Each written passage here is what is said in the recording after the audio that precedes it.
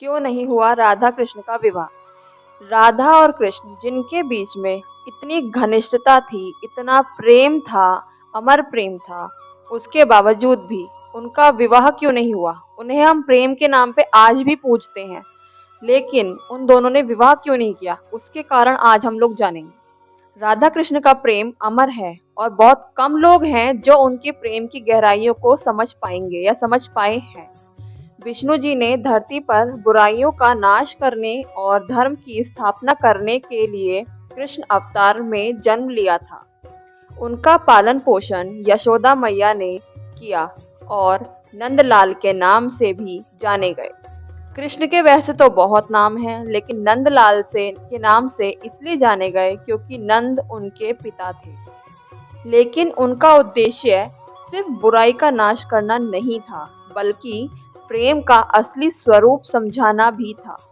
प्रेम की असली परिभाषा को समझाने के लिए कृष्ण के साथ अवतरित हुई लक्ष्मी जी के रूप में राधा रानी। कृष्ण का कहना था कि जो प्रेम की चाह विवाह पर आकर खत्म हो जाए, जिन प्रेमियों की इच्छा प्रेम के बाद सिर्फ विवाह तक होती है, वह कभी अंतर आत्मा से प्रेम नहीं कर सकते।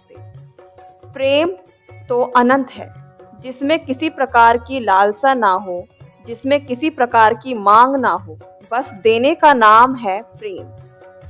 किसी से विवाह करना या उसके साथ गृहस्थ जीवन बिताना प्रकृति का नियम है।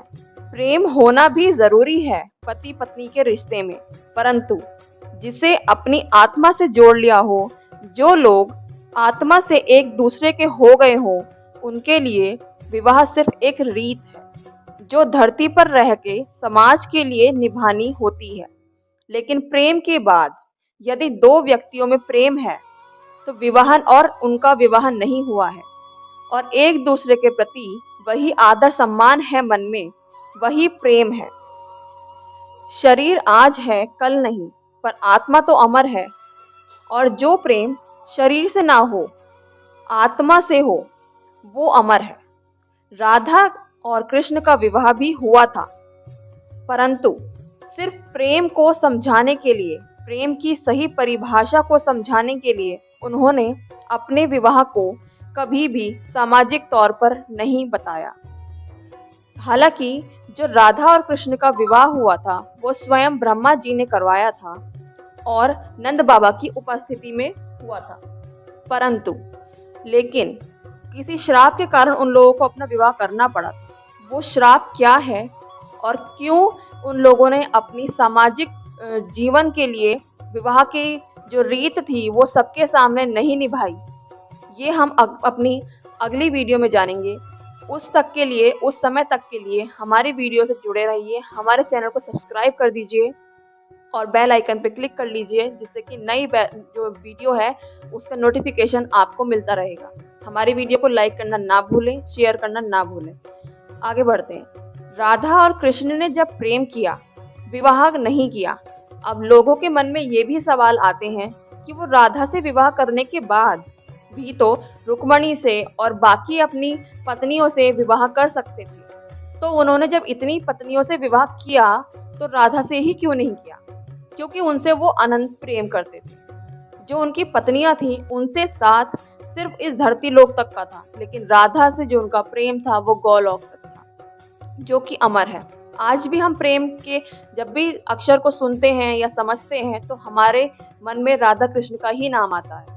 राधा कृष्ण एक ऐसी हमारे मनों में छाप छोड़ गए हैं कि प्रेम का अर्थ ही राधा कृष्ण है। प्रेम अनंत है। प्रेम कभी शरीर से जुड़ा नहीं होता, उसमें कोई ईर्ष्या नहीं होती है।